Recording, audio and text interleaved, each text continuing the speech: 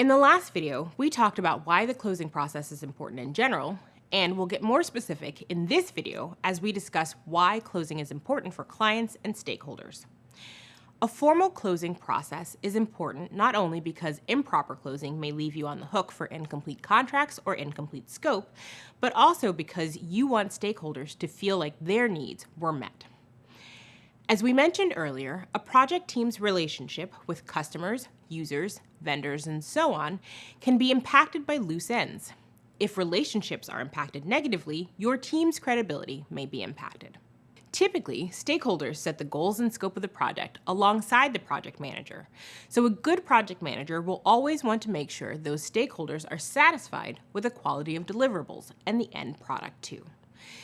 So how can you make sure that clients and key stakeholders are happy with the project closing?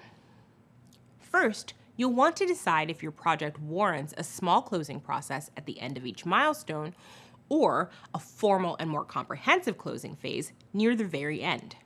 You may even decide to do both a small closing process at the end of each milestone and a more formal closing phase at the very end.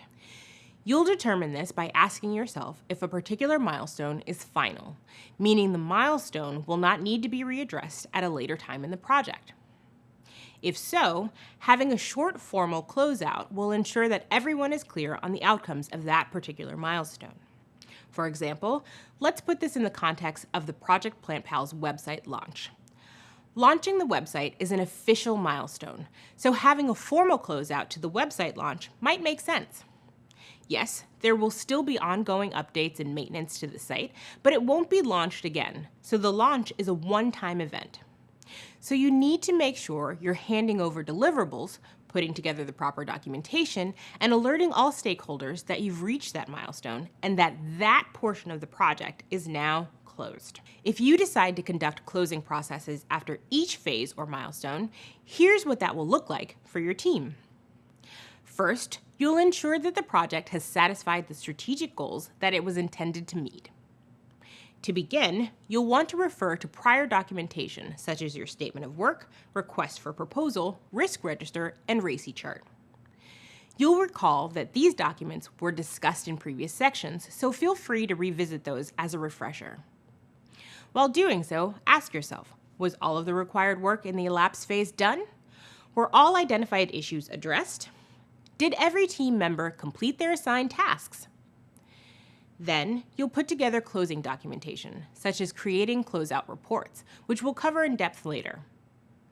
You'll build and review that documentation with team members to make sure that every aspect of the project has been discussed.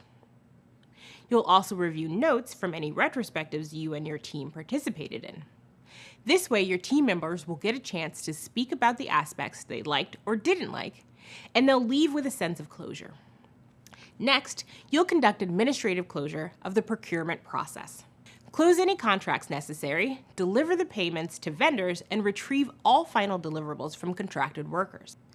This is really important so that external stakeholders and contracted workers can understand that the phase or the project is officially over. Then, you'll want to formally recognize the completion of the phase if necessary.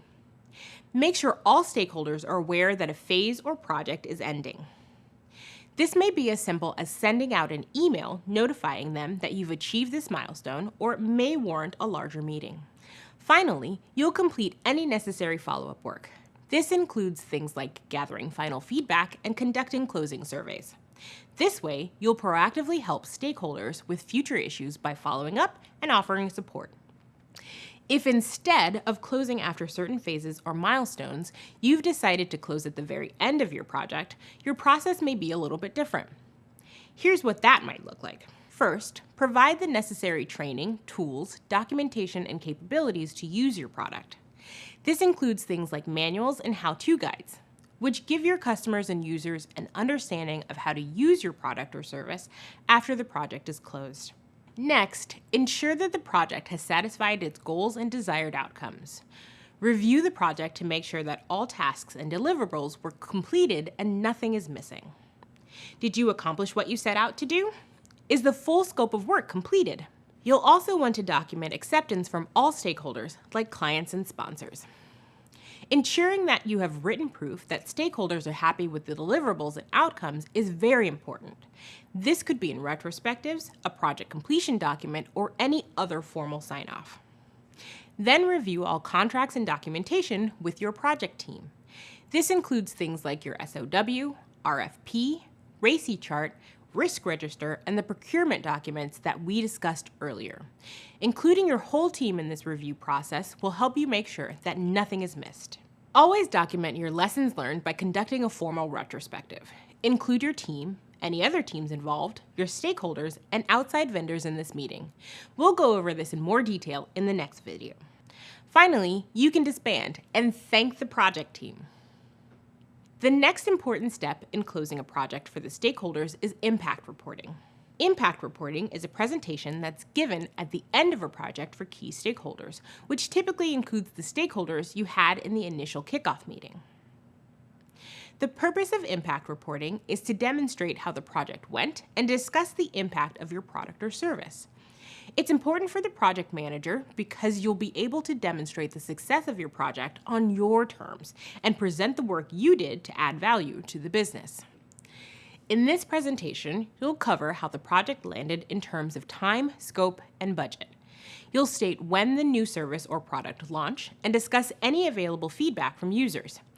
And you'll explain how the desired outcomes were achieved. Now you know more about how stakeholders and customers can get a clear understanding that your project is closed.